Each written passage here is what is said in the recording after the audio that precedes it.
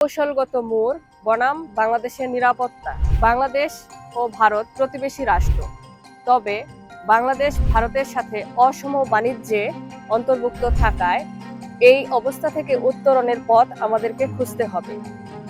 বাংলাদেশ সম্প্রতি চীন থেকে সাবমেরিন ক্রয় করেছে এবং অন্যান্য দেশের সাথে বাংলাদেশের পণ্য আমদানি এবং রপ্তানির সম্ভাবনা অনেক বৃদ্ধি পেয়েছে।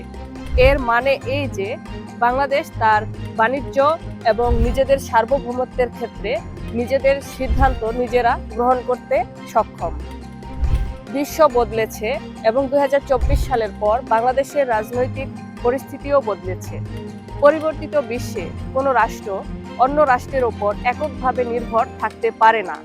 এককভাবে নির্ভরতা একটি রাষ্ট্রের সার্বভৌমত্বের জন্য ঝুঁকিপূর্ণ।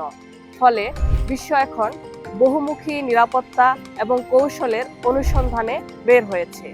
সেই সূত্র ধরে বাংলাদেশ পাকিস্তান এবং চীনের সাথে নানা রকম কূটনৈতিক সম্পর্ক এবং বাণিজ্যিক সম্পর্ক বৃদ্ধি করতে পারে।